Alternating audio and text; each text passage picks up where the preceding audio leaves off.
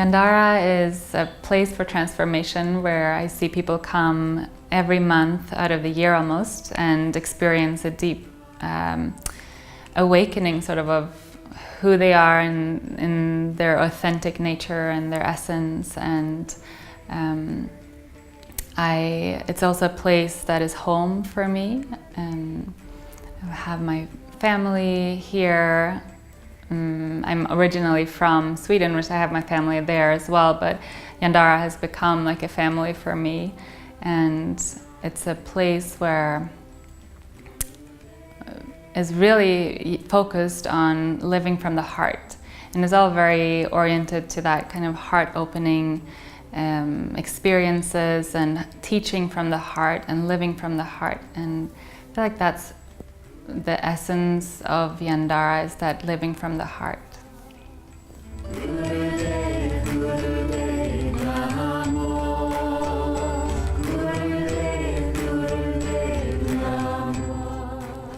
So yoga for me started at a meditation retreat, and I was there just for the meditation experience. I didn't know a lot about yoga, but I was really curious about meditation and how meditation could affect my well-being. And I was in Sri Lanka at the time, and in the mornings at this retreat, I didn't even know that this was part of it, but there was a hatha yoga class in the morning, every morning. And I ended up really loving it. I was enjoying the whole meditation experience as well, but I really connected with this practice of hatha yoga. So quite quickly after that, it became part of my life, and I kept searching it out. So I was traveling a lot at that moment, and wherever I went, I would find a yoga studio and find a teacher and keep studying.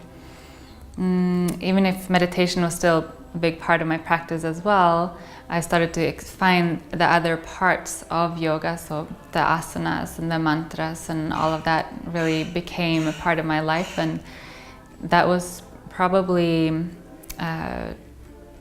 15 years ago or something like that. And since then, it's really been like a daily practice for me. Not always really long time every day, but at least some moment of the day where I connect with my body and with my mind and with my soul, and through the practice of yoga and meditation, find ways of connecting with myself at a deeper level.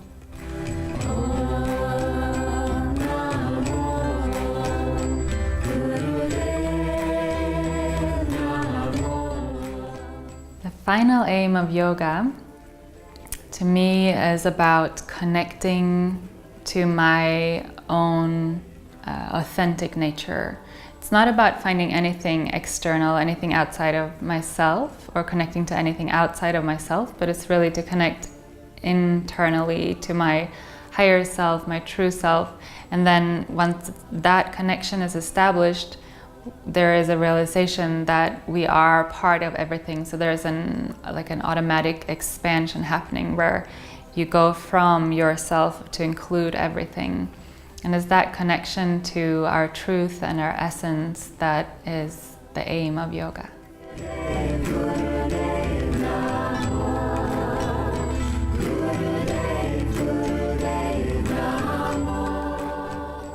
I decided to become a yoga teacher partly because I was really admiring my own teachers, and I had a desire to make my life all about yoga in that moment. Like, I wanted to make it really a big part of my life, and to be able to study it and share it with others and really go deep into the teachings. And I felt like there would be no better way of doing that than to go and take a yoga teacher training. And the first one that I took was here at Yandara.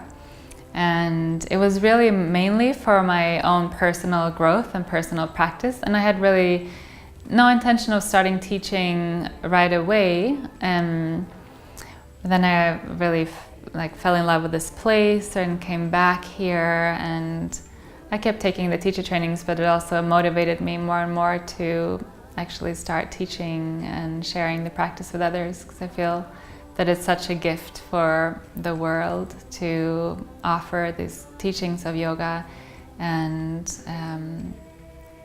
it has so many great benefits, and it's so needed in these times.